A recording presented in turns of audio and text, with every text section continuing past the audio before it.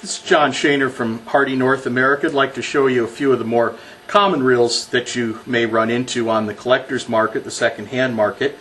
Some are fairly desirable. A couple of reproductions here, some originals. This is a Bouglé Baby, a reel that was made just for a few short years, about 8 years ago. There were only a few hundred made. It's quite a desirable little reel today in the Bouglé family. Very light reel, nice reel for very light fly rods. Also the 1903 Bouglé reproduction, which follows exactly the construction of the original 1903 Bouglé. And what's interesting about this reel, it's a member of the Perfect family. It comes apart just like a Perfect. What's very interesting about this reel is the 1903 check with the single C-shaped spring, the captured pawl with the beautifully fire-blued little strap, the 13 bearing race, and so forth. Nice little reel occasionally seen on the collector's market. Again, that screw is a left-handed thread. Make sure that it goes in counterclockwise to tighten.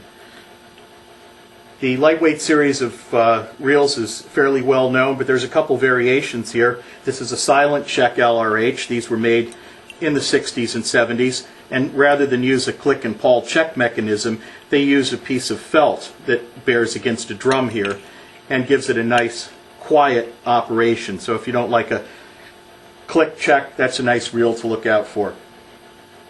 The multiplier series, which Hardy made in I believe featherweight through the Zenith, gave it a 1 3/4 to 1 ratio for quick pickup. These are fairly common on the used market. Nice reel if you like to pick up line a little faster.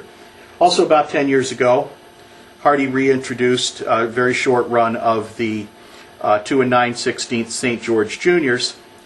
We will be reintroducing this reel later this year, so if you didn't have a chance to get one then, we'll be coming out soon, and we will have an agate line guard in this rather than the nickel silver. Very nice little reel for small rods. We'll also be reintroducing that in the 3-inch. Another quite common Hardy reel, but an older reel.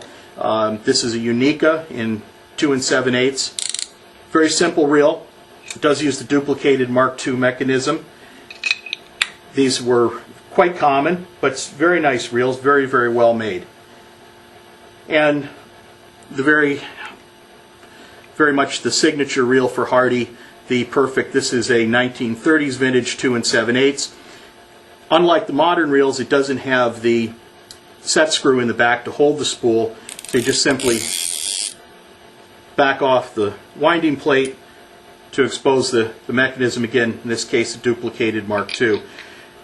Many of these reels would have had the agate line guide. It was an option, so it's not uncommon to see reels like this without the agate line guide. Again, it was a little extra cost on those, so you see them both ways. Reels are fun to collect, they're fun to use, and as you can see, some of these reels, these two reels are approaching 80 years in age and still going strong, just like the Hardys we build today.